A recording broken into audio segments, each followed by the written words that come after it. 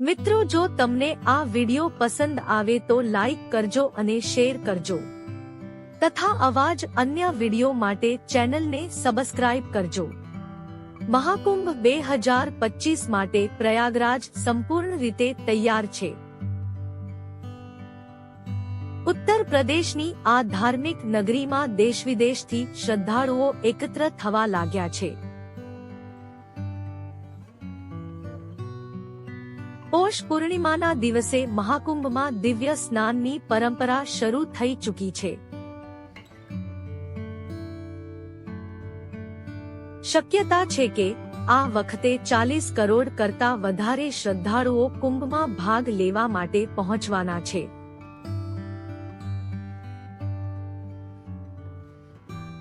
પુરાણ કથાઓ કહે છે કે મહાકુંભનું આયોજન અમૃતની શોધનું પરિણામ છે। જો કે કથા માત્ર આટલી જ નથી।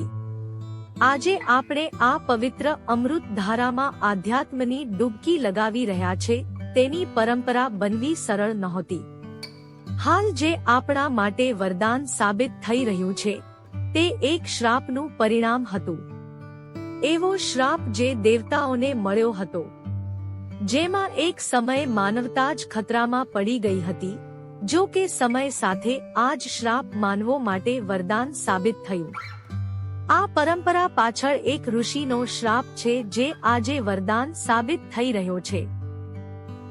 દેવલોકથી નીકળેલી પરંપરાની આ ધારામાં માનવતાના પુણ્યનું વરદાન તો છે જ, સાથે સાથે આ નીતિ અને નૈતિકતાના શિક્ષણનો આધાર પણ છે।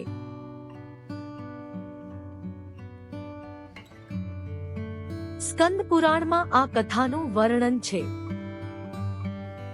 જેના અનુસાર સ્વર્ગની રાજધાની અમરાવતી તમામ પ્રકારના સુખ અને ભોગોથી ભરેલી હતી। દેવતાઓએ અનેક વર્ષો સુધી ચાલેલા દેવાસુર સંગ્રામને જીતી લીધો હતો અને તેના કારણે તેમને હવે શત્રુઓનો ભય નહોતો। આખા સ્વર્ગમાં મનને પ્રસન્ન કરનારી હવા વહી રહી હતી। તેમાં ફૂલોની સુગંધ ભરેલી હતી અને દરેક દિશામાંથી નવું સંગીત વાગી રહ્યું હતું। આ બધાનું સંયોજન એટલું ખૂબસૂરત હતું કે અનેકવાર ગંધર્વ પોતાના કામ છોડીને તેમનું સંગીત સાંભળવા લાગતા હતા। તેની અસર એ હતી કે હવે દેવો પણ ધીરે ધીરે પોતાના કર્તવ્યોને છોડીને આમોદ પ્રમોદમાં લાગેલા રહેતા અને તેમના અધિપતિ ઇન્દ્ર તો રાગ રંગમાં એવી રીતે ડૂબી ગયા હતા કે હવે તેમને ખબર જ નહોતી કે સંસાર પ્રત્યે પણ તેમની કોઈ જવાબદારી હોય છે। તેઓ ગંધર્વોથી દિવસના 8 પહોર નવા નવા રાગ સાંભળતા અને સોમરસના મદમાં ચૂર રહેતા હતા। આમ તો આ સુખના ચિહ્નો હતા, પરંતુ અસલમાં તે એક વિપત્તિની નિશાની હતી। આ બધા પાછળનું કારણ દેવતાઓ અને દાનવો વચ્ચેનું યુદ્ધ હતું, જેમાં દેવરાજ ઇન્દ્રનો વિજય થયો હતો। ભલે તેમને ત્રિદેવો બ્રહ્મા વિષ્ણુ મહેશ ના કારણે વિજય મળ્યો હતો, પરંતુ વિજયને કારણે તે એટલા ઘમંડી બની ગયા કે તેણે વિચાર્યું કે હવે કોઈ હુમલો નહીં થાય। દેવગુરુ બૃહસ્પતિ પણ આ વાતથી ચિંતિત હતા। ભવિષ્યની આશંકાઓ વિશે તેને ખૂબ જ ચિંતા થતી હતી। જો કે વર્તમાન સંકટ એ હતું કે ઇન્દ્રિય સુખોમાં ડૂબેલા દેવરાજ હવે ગ્રહમંડળની બેઠકો પણ આયોજિત નહોતા કરતા, જેના કારણે વિશ્વનું સંતુલન ફરી એકવાર બગડવા લાગ્યું હતું। 7 ઋષિઓએ આ અંગે ચિંતા વ્યક્ત કરી હતી, પરંતુ તાજેતરના યુદ્ધને કારણે તેઓ પણ ઈચ્છતા ન હતા કે આ શાંતિમાં ખલેલ પહોંચે। પણ સમય પસાર થતા તેને હવે ચિંતા થવા લાગી હતી। જો ગ્રહમંડળનું મિલન ન થયું તો તારાઓની સમગ્ર પ્રક્રિયા અટકી જશે, સંતુલન ખોરવાઈ જશે।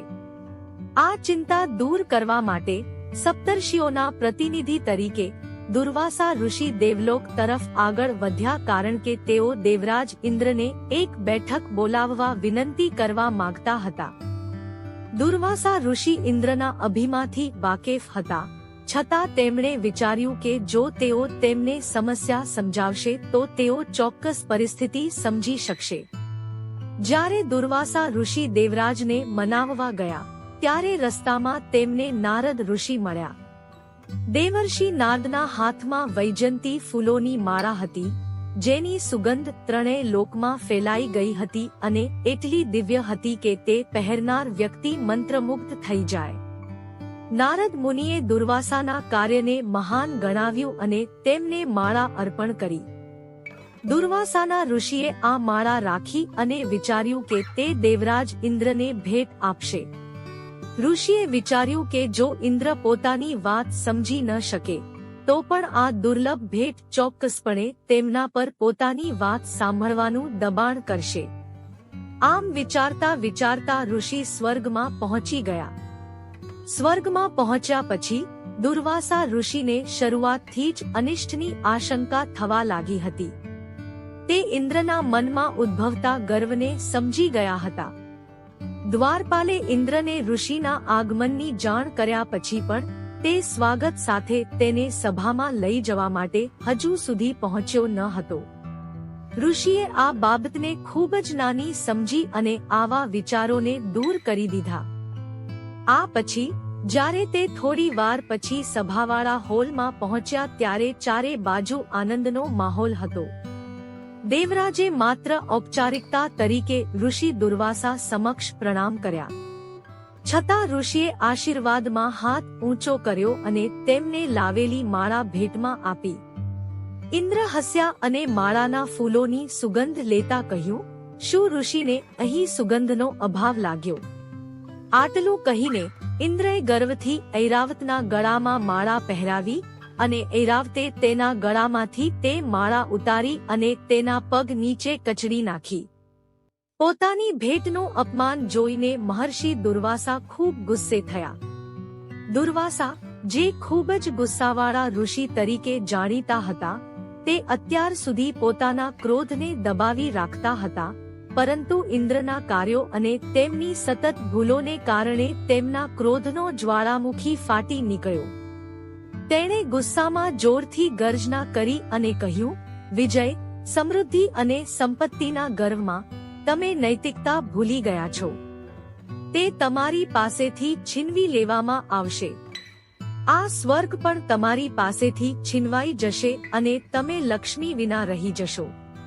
મહર્ષિ દુર્વાસાના શ્રાપને કારણે ઇન્દ્રની તમામ સંપત્તિ નષ્ટ થઈ ગઈ. દેવી લક્ષ્મી દુનિયામાંથી અદ્રશ્ય થઈ ગઈ. તે સમુદ્રમાં અદ્રશ્ય થઈ ગઈ અને ત્રણેય લોકમાં ભયંકર ગરીબી અને દુઃખ ફેલાઈ ગયું. રાક્ષસોએ પોતાને સંગઠિત કર્યા અને ફરીથી લક્ષ્મીથી વંચિત ઇન્દ્ર પર હુમલો કર્યો. યુદ્ધમાં રાક્ષસોના રાજા બાલી દ્વારા ઇન્દ્રનો પરાજય થયો. આ સાથે બધી દવાઓ પણ દુનિયામાંથી ગાયબ થઈ ગઈ. પછી સમુદ્ર મંથન થયું, જે મહાકુંભનું આયોજન કરવાનું કારણ બન્યું. રાજા બલિએ ત્રણેય લોક પર નિયંત્રણ મેળવ્યું. નિરાશ દેવતાઓને તેમની ભૂલનો અહેસાસ થયો અને તેઓ ભગવાન વિષ્ણુ પાસે ગયા. પછી ભગવાન વિષ્ણુએ તેમને સમુદ્ર મંથનનો માર્ગ સૂચવ્યો અને આ મંથનમાંથી અમૃત નીકળ્યું, જે મેળવવાની ખેંચતાણમાં કેટલાક ટીપા જમીન પર પડ્યા. તે દેશના 4 તીર્થ સ્થળોએ પડ્યા હતા. પ્રયાગરાજ તેમાંથી એક છે, જ્યાં આ મહાકુંભ 2025નું આયોજન કરવામાં આવી રહ્યું છે. મિત્રો, આ માહિતી વાંચેલી અને સાંભળેલી છે. વોઇસ સ્ટોરી તેનું સમર્થન કરતું નથી. વિડિયો જોવા બદલ આભાર.